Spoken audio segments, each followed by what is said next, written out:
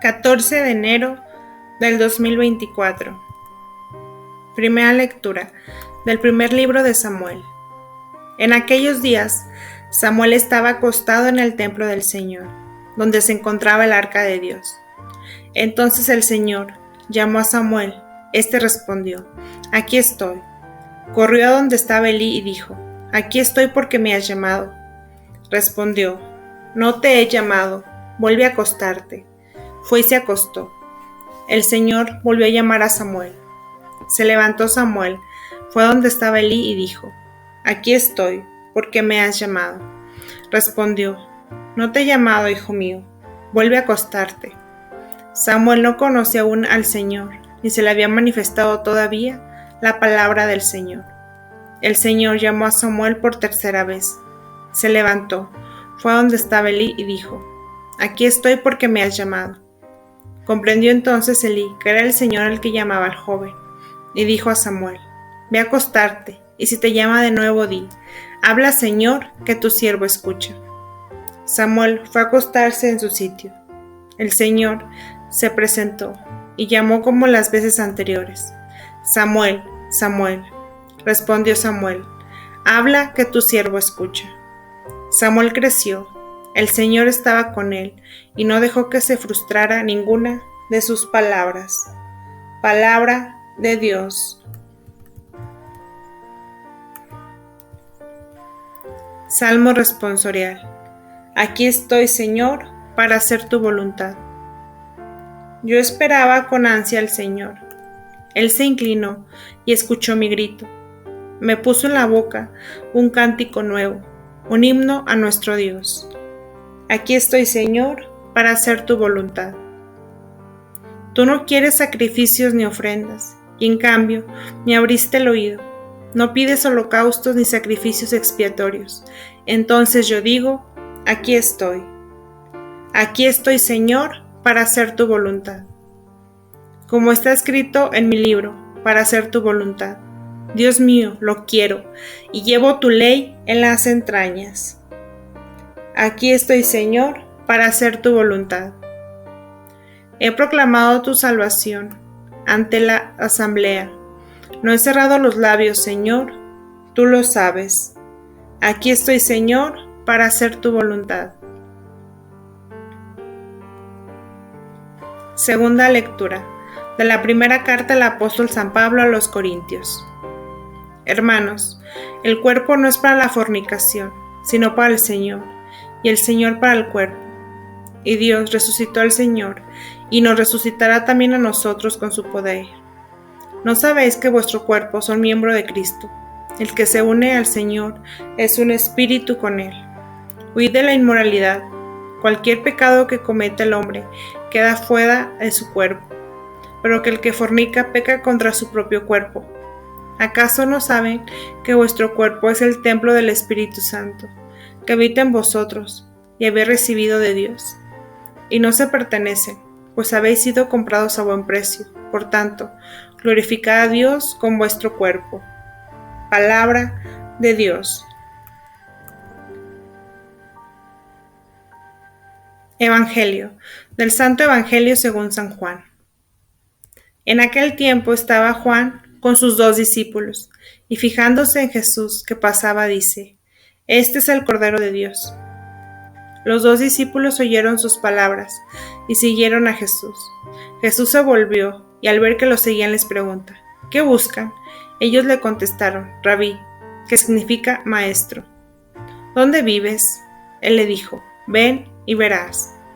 Entonces fueron, vieron dónde vivía y se quedaron con él aquel día.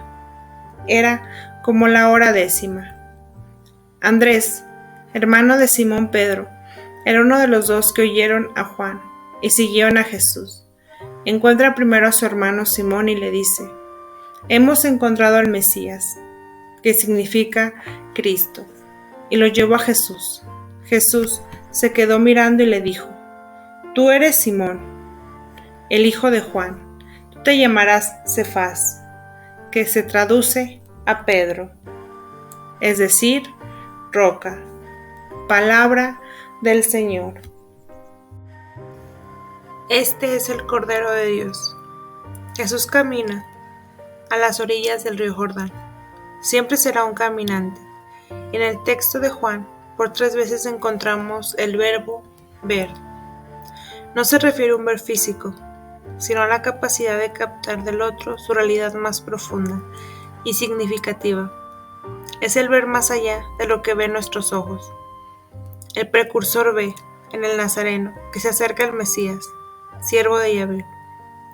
Los 2 discípulos ven donde habita Jesús y se quedan con él, dando un cambio radical a su vida. Jesús ve en el fondo del alma de Simón lo que ni siquiera él sabía, y por eso le cambia el nombre.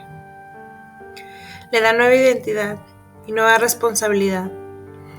Juan fija su mirada en él y lo señala como Cordero de Dios. Los discípulos necesitaron del Bautista para descubrir su vocación y crecer en la fe. Hoy necesitamos de alguien que nos señale a Jesús para conocerlo. Los 2 discípulos al oír estas palabras siguieron a Jesús. Estos 2 discípulos escuchan las palabras y dejan a su maestro y siguen al Cordero de Dios. Deciden seguirlo, sienten un profundo deseo de plenitud y de libertad. Y Jesús, conociendo los deseos más profundos del corazón humano, se volvió y les hace la pregunta fundamental que ellos nunca olvidarán. ¿Qué buscan? No les pregunta quién están buscando, sino qué cosa. ¿Y qué es lo que buscan? Él mira dentro de nosotros, descubre nuestro deseo de paz y de dar sentido a nuestra vida. Si buscamos esto, es justamente Jesús a quien estamos buscando. ¿Qué buscan? Jesús no se dirige a la inteligencia, a la cultura o habilidades de los 2 discípulos del Bautista. Con esta pregunta, Jesús hace entender que nuestra identidad más humana es la de criaturas en búsqueda, porque a todos nos falta algo. En efecto, la búsqueda es motivada de un vacío que pide ser colmado. ¿Qué me falta? ¿De qué me siento pobre? Jesús no pide primeramente renuncias ni penitencias. No impone sacrificios en aras del deber o del esfuerzo. Pide ante todo volver al interior de nuestro corazón. Estamos todos invitados a hacer voluntad de Dios. Recordemos las palabras de San Agustín. Nos has hecho Señor para ti, y nuestro corazón está inquieto hasta que descanse en ti. Por eso los discípulos le preguntan, ¿dónde habitas, Rabí? Le están preguntando, ¿quién eres realmente? ¿Dónde colocas tu vida? ¿Dónde encuentras fuerza y estabilidad? Jesús habita en el Padre, en su palabra, en su amor. Para comprenderlo, los discípulos tendrán que caminar con él. No puede comprender y aprender solo por informaciones, sino que debe tener una experiencia. Vengan a ver. Los discípulos de Juan lo siguen y quedan fascinados por él, al grado de recordar la hora cuando Jesús los llamó, las 4. El maestro, mirando a Simón, conducido por su hermano Andrés, revela su identidad más profunda. Tú eres Simón, hijo de Juan, tú te llamas Kefas.